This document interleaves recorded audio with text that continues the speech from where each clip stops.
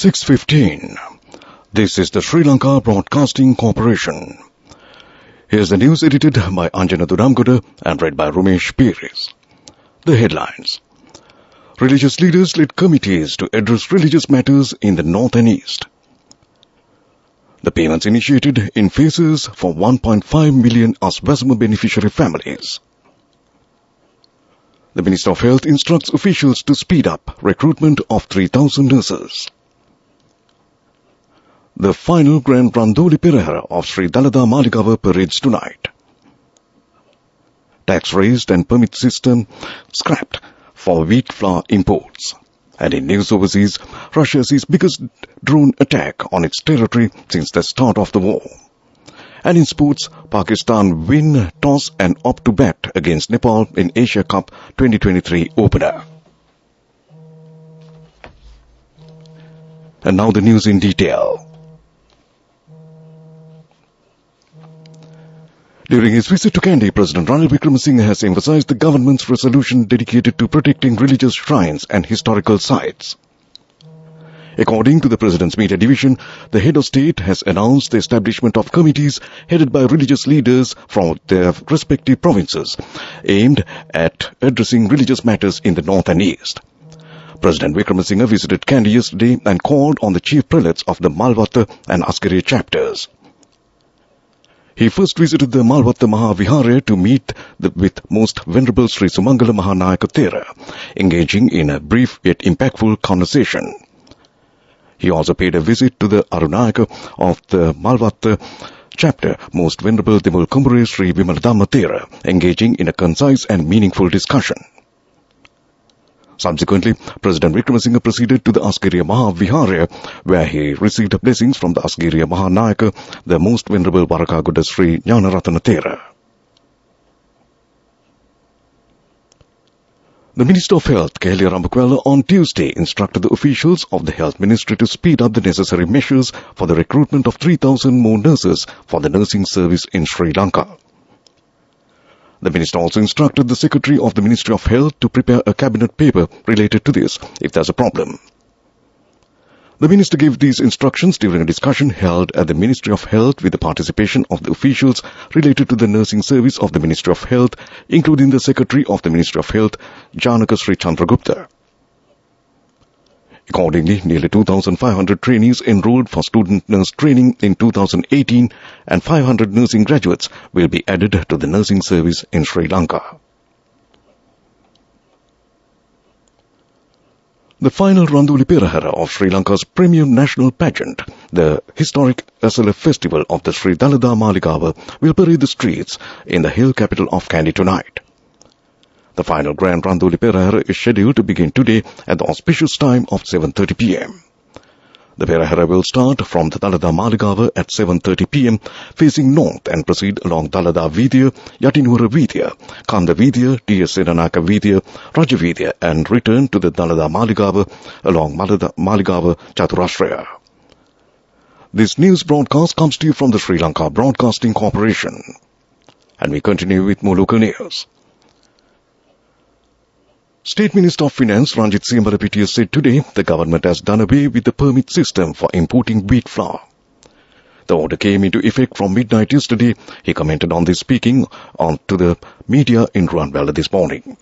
State Minister Siambalapitiya further mentioned that the import tax on wheat flour was increased from 16 to 27 rupees per kilogram. The State Minister assured this would not lead to an increase in wheat flour prices, clarifying that the move only intends to implement import controls on wheat flour. Minister Douglas Devananda said that attention is being paid to the installation of solar power in fishing harbours nationwide. The minister said that by installing solar power in the buildings at the fishing harbours, the cost of electricity bills can be avoided. VMS of boats engaged in deep-sea fishing prevailing in the implementation of monitoring tools. There is also a focus on challenges and how to deal with them effectively. Minister Devananda also said that he is in discussion with private investors. And that concludes local news.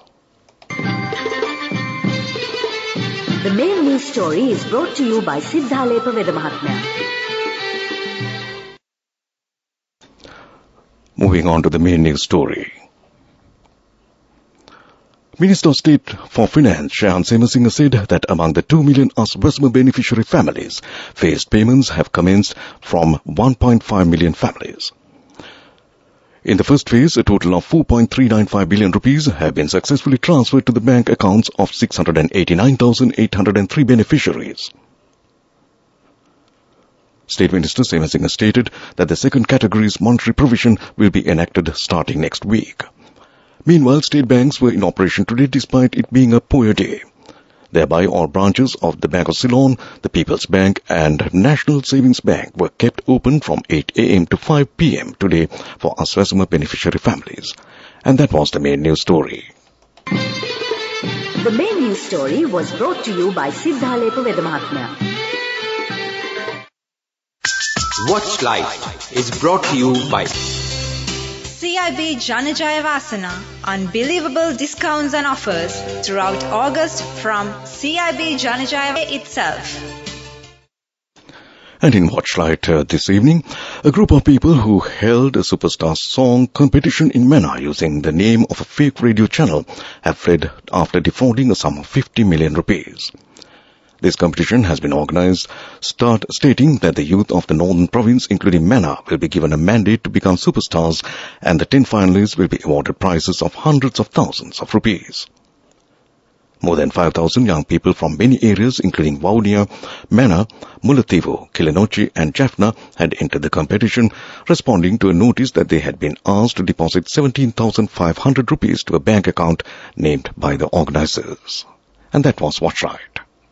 CIB Janajaya Vasana. Unbelievable discounts and offers throughout August from CIB Janajaya Vasana. Come today itself. Moving on to the bulletin of world news. First, the headlines. Russia sees biggest drone attack on its territory since the start of the war. India lodges strong protest over territory claims. Britain's top diplomat cleverly visits China to stabilize frayed ties. Now the world news in detail. Russia has seen the most significant drone assault on its territory since the beginning of the war in February 2022, causing airport closures and flight delays across the country. Multiple regions, including Moscow, Oryol, Ryazan, Brinsk, Kaluga and Pskov, was targeted by drones earlier today, although Russian authorities have not reported any casualties and claim they thwarted almost all of the attacks. Moscow Mayor Sergei Sobyanin said Russian air defense forces claim to have intercepted a drone heading towards Moscow in the Rosa district of the Moscow region.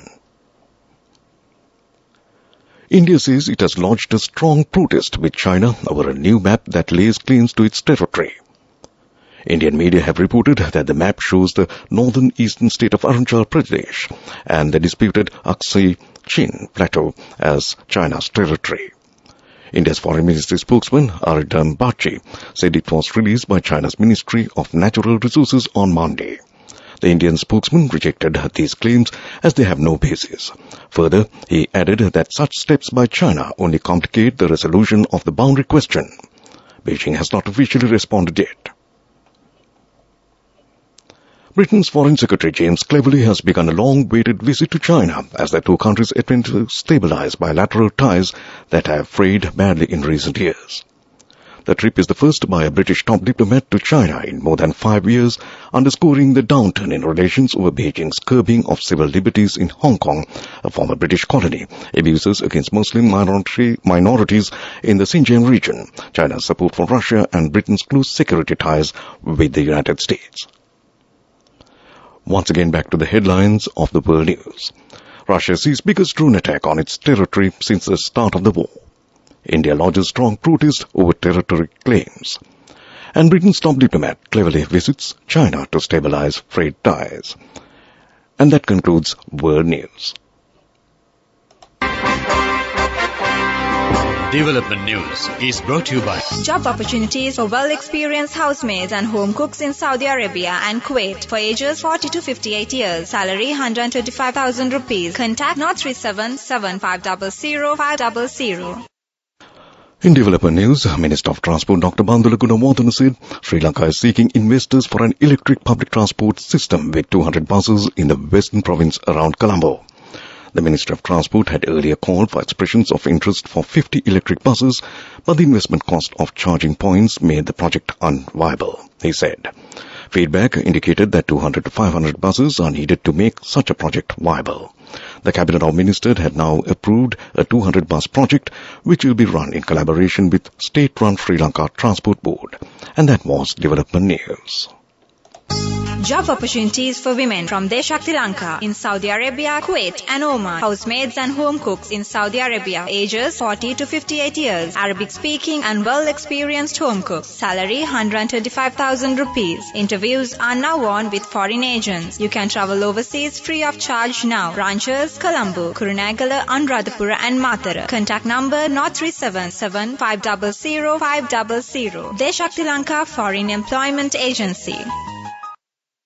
Moving on to sports news, Pakistan skipper Babar Azam won the toss and elected to bat against Nepal in the Asia Cup 2023 opener at the Multan Cricket Stadium today. Pakistan team will be confident to kick off their Asia Cup campaign with a victory against Nepal, with the home crowd backing them, while Asia Cup debutant Nepal would be backing them to pull off an upset in their first ODI encounter against Pakistan. Pakistan skipper Babar Azam said at the time of toss, "We will bat first. Pitch looks very dry and shiny, and there is no reason to name the 11 earlier, and wanted to give confidence to our team." He went on to say, "Being the top-ranked team brings a good kind of pressure, and we will try to enjoy and do our best." And that was sports news. Go ekak thiyana youth eකට life එකේ change එකට නියමෙට set වෙන්න ඇස් වහගෙන දැකපු හින හැබැ කරන්න youth එකට නියමෙට set වෙන්න friendship එක මෙන්න. The all-new NSB Ithru account. NSB IM, a plan for your dream. Business News, sponsored by National Savings Bank, the safest place for your money. In business news, SDB, a unique bank with a clear vision to bolster the local economy by providing customized banking solutions to SMEs and all progressive Sri Lankans, marks the important milestone of its 26th anniversary this August. For over a quarter of a century, the bank has stood as an example of value-based banking, steering economic growth by empowering individuals and communities. As it embarks on another year of enriching partnerships, SDB is proud to celebrate its incredible journey, underscored by its unwavering commitment to progress, sustainability and inclusivity. And that was Business News. Business News, sponsored by National Savings Bank, the safest place for your money. Go ekak thiyana youth එකට life එකේ change එකට නියමෙට set වෙන්න ඇස් වහගෙන දැකපු හින හැබැ කරන්න youth එකට නියමෙට set වෙන්න friendship එක මෙන්න. The all-new NSB Ithru account. NSB IM, a plan for your dream. In economic news, Sri Lanka's merchandise exports increased by 2.18% to $1,027.2 million in July 2023 compared to June 2023, as per the provisional data released by the Sri Lanka Customs. However, it is an 11.79% decrease when compared to the value recorded in July 2022. This declining of merchandise exports is due to the reduced demand shown in export products, especially in apparel and textile, rubber and rubber-based products, and coconut-based products. Out of top 10 export markets, only UAE has shown strong performance during the month of July 2023 and the period of January to July 2023 compared to the corresponding period in the previous year. Further, India, UAE and France have shown strong performance during the month of July 2023 compared to July 2022. And that was economic news. Weather report. And finally, we move on to the weather report. Meteorology Department says there is a possibility of enhancing the prevailing showery condition in southwestern part of the island during the 1st, 2nd and 3rd of September. Showers will occur at times in the western, Sabaragamu's central and northwestern provinces and in the Galle and Matara districts. Fairly heavy showers, about 75 millimeters are likely at some places in the western and Sabaragama provinces and in the Galle and Mathura districts. Showers or thunder showers will occur at several places in the eastern and Uva province and in the Polonnaruwa, Vaunia and Mullaitivu districts during the evening or at night. Fairly strong winds, about 40 to 45 kilometers per hour, can be expected at times on the western slopes of the Central Hills, western and Sabaragama provinces. And that was the weather report. And now to conclude this news broadcast, a recap of the main news headlines. Religious leaders led committees to address religious matters in the north and east. The payments initiated in phases for 1.5 million Aswasama beneficiary families. The Minister of Health instructs officials to speed up recruitment of 3,000 nurses. The final Grand Randoli Pirahara of Sri Dalada Maligava parades tonight. Tax raised and permit system scrapped for wheat flour imports. In news overseas, Russia sees biggest drone attack on its territory since the start of the war. And in sports, Pakistan win the toss and opt to bat against Nepal in Asia Cup 2023 opener. And with that, we conclude this news broadcast from the Sri Lanka Broadcasting Corporation.